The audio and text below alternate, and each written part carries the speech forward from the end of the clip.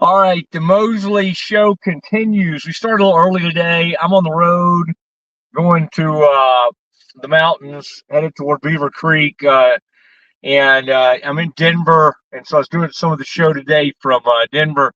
And so I was going to move on down the road. And then as we were talking a little earlier, news comes down, and I want to react to it because I'm traveling.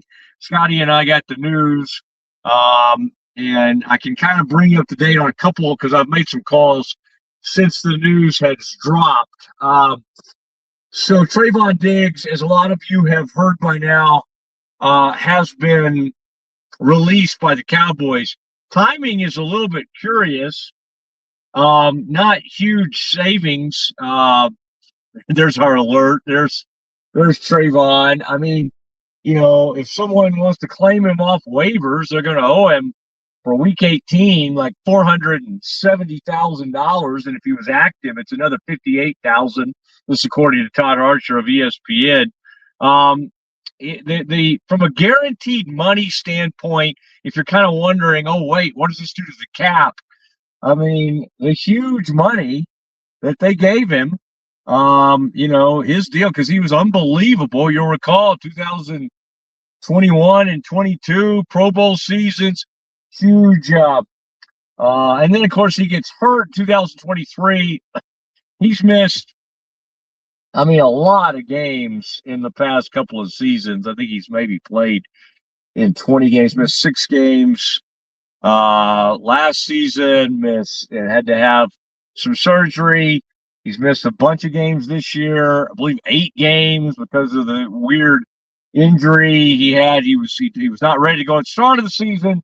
And then he was mounting his TV, according to him, and had some kind of concussion from that. His knee has flared up. And so, and again, it's unfortunate because, again, they did a deal with him that was a huge deal. Like a $95 million deal. That tells you how much money the guy was making. Just as what I just said, what he was going to make week 18, an enormous amount. All right. And, I think the way this will work, it's hard to imagine. He's a really good player, but this just tells you Cowboys didn't think that they were going to be able to really get anything for him. Also tells you that they're probably just absolutely fed up with him. The relationship had been going sideways for a while. He was sort of in the same boat as Micah Parsons. They hated the way Micah was handling himself during the holdout or the hold in. They hated that during a game when he was down the sideline, he basically, laid down on the trainer's table. It was a bad look. And so they got great value for him. It was not great timing when they did it and all that kind of stuff. But they got value for him. They get nothing for Diggs. Other than they paid him a ton of money to not give them very much. Now, before they paid him, he had a run of being one of the top cornerbacks in the game, and that's why they gave him that money. And then after that, it's been such a mixed bag. It's really been nothing. And so Trevon Diggs, again, very talented. As far as tracking the ball, but even this season, he talked to Matt Eberflus about, Matt Eberflus was running a lot of zone coverage. He talked to him about wanting to play more man coverage, and then he couldn't get active for a game, and they finally got him active for a game. Then he got hurt again. He'd been out for a long time, and now he has been released. Now, just to remind you, this thing went south when he wouldn't do the rehab with the Cowboys. They obviously, like most people, Brett Brown, their head of rehab, they want their players to work with the Cowboys players, with the Cowboys rehab people. He did it in South Florida. Because he did that, they basically took it was like a $500,000 fine. That was part of his deal, part of his base salary that they took and they lowered by $500,000 by $500,000 because he didn't do his rehab at the Cowboys facility with the Cowboys people. Obviously, he was not pleased about that. They tried to do, it just, and I don't think really he ever was meeting the standard. Both Micah and Trevon, with some of the way they handled things, I think were undermining Brian Schottenheimer. I think even before the season, there were signs that they were going to need to move on from him. Then it didn't get off to a good start. Then he had the dumb thing happen at home, whatever that was. I mean, there are rumors it was something.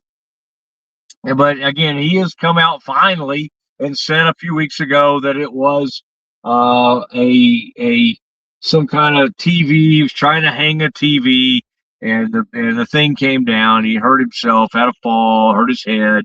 The pole came down on his head or whatever happened. Just all of it embarrassing, bad ending. Cowboys, and so we had already kind of started the show early today, but with this news happening, I really appreciate Scotty allowed me to jump back on to react to this, because as I was reacting earlier, this news was coming down when I was doing the show earlier today. And so I wanted to get off the road, react to this thing as the Cowboys part ways. They have released Trevon Diggs. My thought is Trevon Diggs is still in the prime of his career. He should be. Now he's banged up and he's been hurt a couple of times, and you got to wonder about this knee. He is 27 years old. Somebody will take a chance on Trevon Diggs.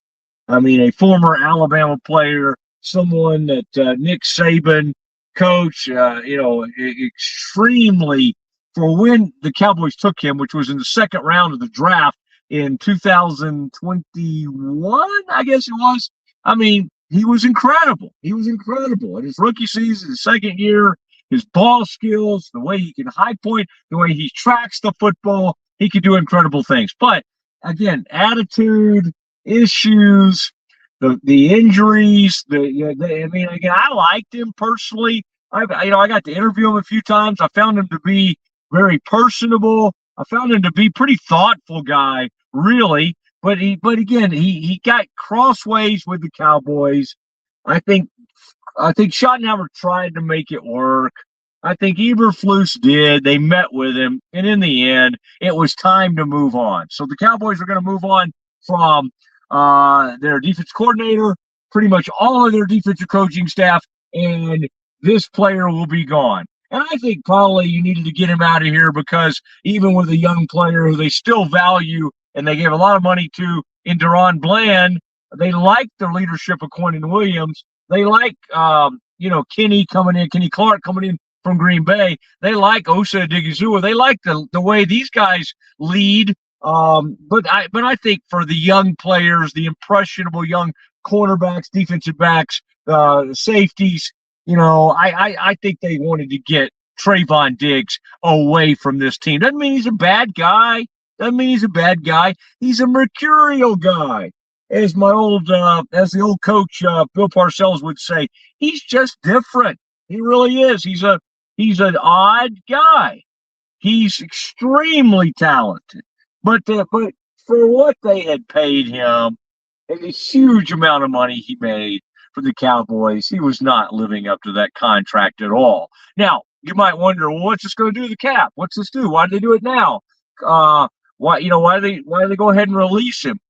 I think he's gotten his guaranteed money.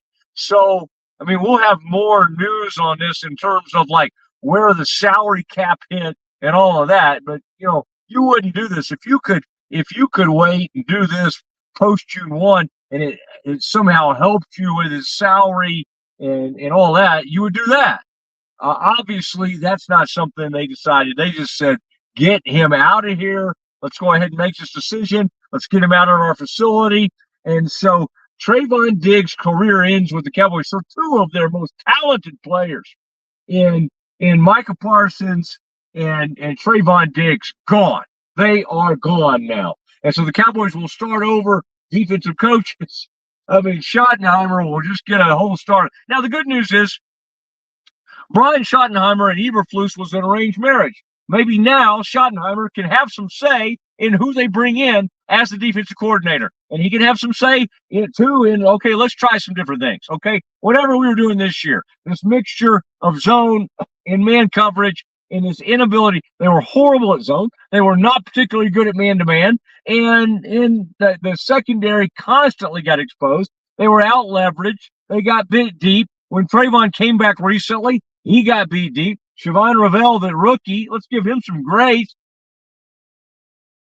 This has been a struggle for the Cowboys. But anyway, just wanted to come back on, and we've done the show again earlier today and provided you with about an hour as I make my travels, but wanted to come back on and react to this story. Trevon Diggs, no longer a part of the Dallas Cowboys. Boy, thank you guys, and thank you, Scotty.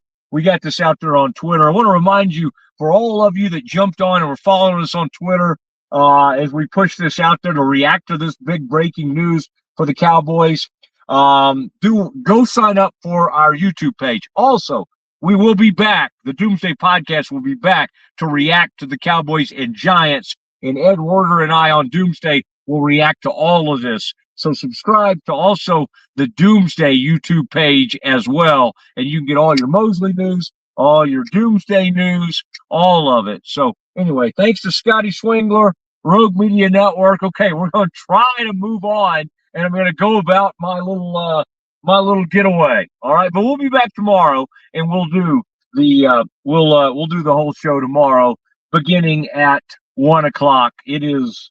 What is it, like Mountain Time? I believe it's 12:51. Back home, this is the end of the usual. I don't know. I can't keep up. But anyway, thank you, Scotty. Appreciate it. We will see you guys tomorrow on the Matt Mosley Show on